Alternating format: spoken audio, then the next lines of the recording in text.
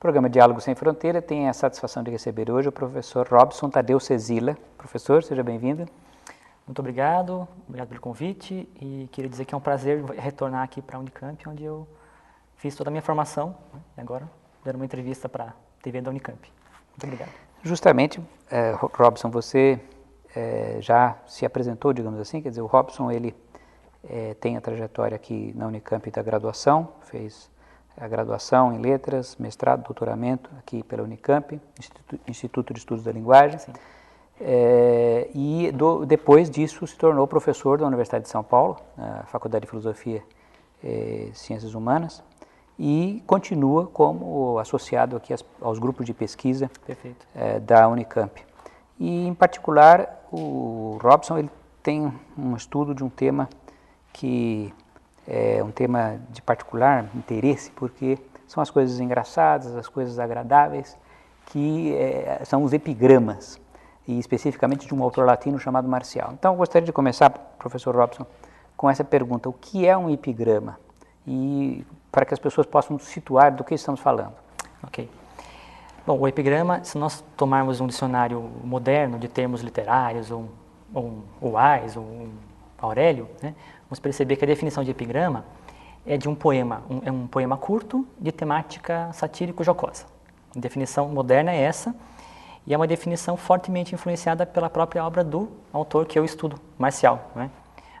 A brevidade do texto, a brevidade do poema, assim como a temática satírico-jocosa, são justamente as duas características que predominam na obra do Marcial, né? Então, a própria definição do termo epigrama, do gênero epigrama hoje, é influenciada pela obra do Marcial. Então, o epigrama é um poema curto com a temática satírico-jocosa. Quer dizer, curto, fácil de entender e engraçado. Exato. São as características básicas de um epigrama. Com algum tipo de agudeza, né? Algum tipo de agudeza no final. Uma tirada irônica, um trocadilho. Um jogo de palavra. Humor, de maneira geral, né? Sempre há uma agudeza final no poema, no epigrama, né? E o nosso autor, digamos, o grande iniciador dessa fama, digamos, desse gênero, que é o Marcial. Quem foi esse autor e por que ele se tornou tão importante 2000 anos depois, ainda 2000 anos depois? Exato. Bom, Marcial foi um poeta que escreveu exclusivamente epigramas, né? E que ele nasceu na província da Espanha, da Espanha na época, né? E depois foi para Roma, onde ele se radicou, né, como poeta. Ele foi para Roma no ano do grande incêndio que ocorreu em Roma, no governo no Principado de Nero, né, em 64, né, depois de Cristo. E ali se radicou como poeta, onde ele escreveu epigramas, né, que é esse tipo de poema que eu mencionei, né, curto e de temática satírico-jocosa. Escreveu cerca de mais de 1.500 epigramas, né, 1.500 epigramas, mais ou menos distribuídos em 15 livros. Foram 15 livros, todos de epigramas. Só o tamanho da obra já é bastante grande. Porque... ele é importante por isso, né? Porque a obra é muito vasta e, felizmente, nos chegou praticamente completa, né? Muito pouco se perdeu da obra do Marcial, né? Nós temos praticamente tudo que ele escreveu, né? Daí a importância, né? Pela qualidade, claro, né? da sua obra, e também pela extensão, né? 1.500 epigramas, né? 1.555 epigramas, né? Mais precisamente, né? Uma obra vasta, né? E daí a importância para o gênero, inclusive para a palavra, né? A definição do epigrama como um poema curto e com temática jocosa. Uma coisa interessante, os epigramas do Marcial, eles foram escritos, como você disse, na época de um imperador romano, que é o Nero. Exato. Que foi bem caracterizado para a posteridade, graças a historiadores como Tácito, como sendo um tirano, Exato. sendo uma espécie de déspota. E, no entanto, o professor Robson nos diz que justamente o Marcial, nessa mesma ocasião, fazia coisas engraçadas e jocosas. Então, como é que é possível, num ambiente supostamente mais opressor, a risada, e que tipo de risada que está sendo proposta ali? Exatamente, Na verdade, o Marcial começa a publicar os seus poemas não no governo do Nero, né, no Principado de Nero, bem posteriormente. Ele começa a publicar, de fato, por volta de 80 depois de Cristo, já no governo ali de Tito, Vespasiano, Tito, depois Domiciano, né, que é o governador, o príncipes, né, o imperador sobre o qual o Marcial escreveu a maior parte da sua produção. Todos esses imperadores, especialmente o Domiciano, né, foram imperadores em cujos principados, de fato, a liberdade era pequena, né, para se criticar. Então, não havia crítica ao imperador, não havia crítica a esse tipo de poderoso, né? O Marcial, ele costuma até dizer que, ele escreve num dos seus poemas, né, que o objetivo dele não é criticar as pessoas, mas sim criticar os vícios. E os vícios são justamente, são típicos, né? São vícios tipo, né? Não são pessoas individuais que ele critica. Ele critica tipos humanos específicos, né? Tipos sociais específicos, né? Que são os vícios, né? Não são pessoas específicas. E muito menos o imperador, né? O Domiciano, inclusive, é ao contrário, né? O Domiciano e outras figuras importantes durante a época em que o Marcial produziu, na verdade, sempre homenageados nos epigramas, né? Nunca satirizados, nunca alvejados por nenhum epigrama do Marcial, né? Ele reservava as suas setas venenosas, né, para os tipos humanos, tipos específicos, né, tipos sociais, nunca para pessoas como, por exemplo, individuais. para que o nosso espectador, que muitas vezes talvez não tenha ainda tido essa oportunidade, poderia dar algum exemplo? Porque eu até penso assim que a perenidade desse tipo de humor se dá justamente pelo fato de que não está se referindo a uma pessoa que já não existe mais. 10, 20 anos não existe a pessoa. Mas um tipo humano, um tipo de comportamento que no decorrer dos séculos as pessoas identificam. Perfeito. E alguns deles, inclusive, para nós hoje, também seriam elementos, seriam alvos das nossas piadas modernas, né? Há uma semelhança, aliás, entre o epigrama e a piada nesse sentido, né? Pela brevidade e pelo conteúdo também, né? Bom, um exemplo que você pediu, né? Um exemplo, vou dar aqui 2 exemplos, vai. Primeiramente, os caçadores de herança.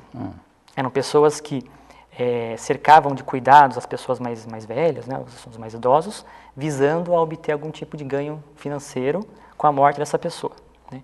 Então, às vezes, jovens que cortejavam mulheres mais velhas, né, para que, ao essas pessoas morrerem, eles obtivessem, né, algum tipo de ganho financeiro, né? Os chamados caçadores de herança. Então, o Marcial alveja esse tipo social com muita frequência.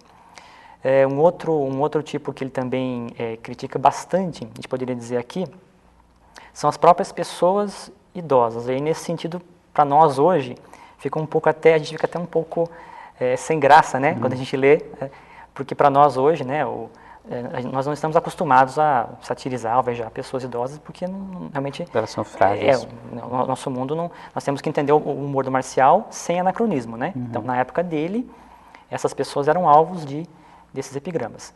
Então, às vezes, uma pessoa idosa, tanto homem quanto mulher, que tinha algum defeito físico, falta de dentes, né, a anodontia, né, pessoas idosas eram um desses alvos. Imagino que até calvos fossem alvejados. Calvos também, Veja exatamente, os calvos também. Né?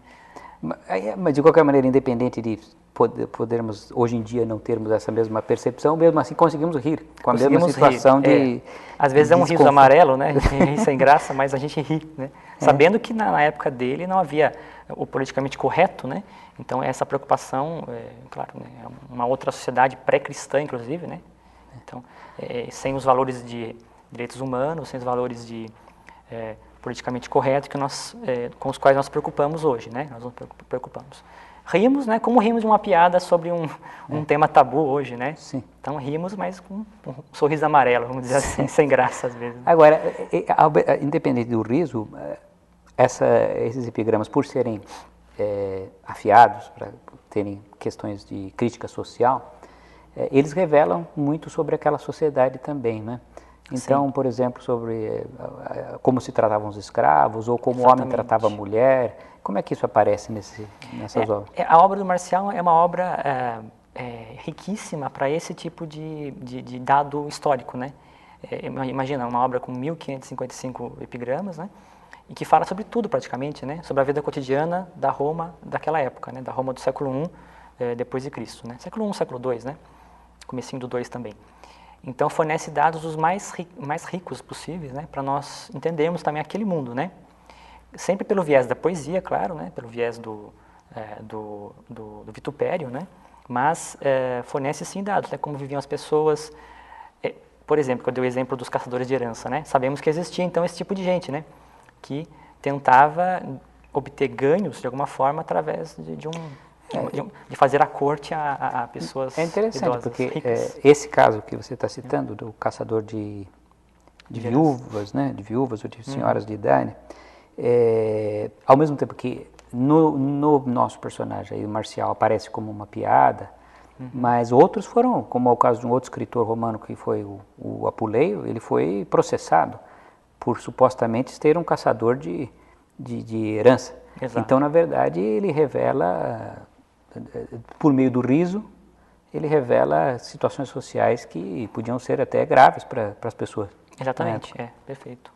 E aí, no caso, o fato dele ser um provinciano, porque você nos mencionou logo no início que o Marcial veio da Espanha e do interior da Espanha, então, como é essa questão do interiorano ir a Roma? Roma é o centro do mundo, né? Exato. E como isso afeta, talvez, a própria maneira dele se expressar e como nós, modernamente, podemos nos identificar também com essa ambiguidade que também existe no nosso mundo, Sim. quer dizer, o interiorano e a capital. Exato. O Marcial, ele faz um trajeto que era comum a muitos escritores, na verdade, né, naquela época, né? Muitos nasciam nas províncias, que eram províncias, né, do Império Romano, mas Roma, a capital do mundo, é para onde convergiam as pessoas que queriam estudar ou que queriam ter uma carreira pública também, né, para estudar retórica, né? Então, o Marcial foi mais um desses que partiram da província e foram para a capital.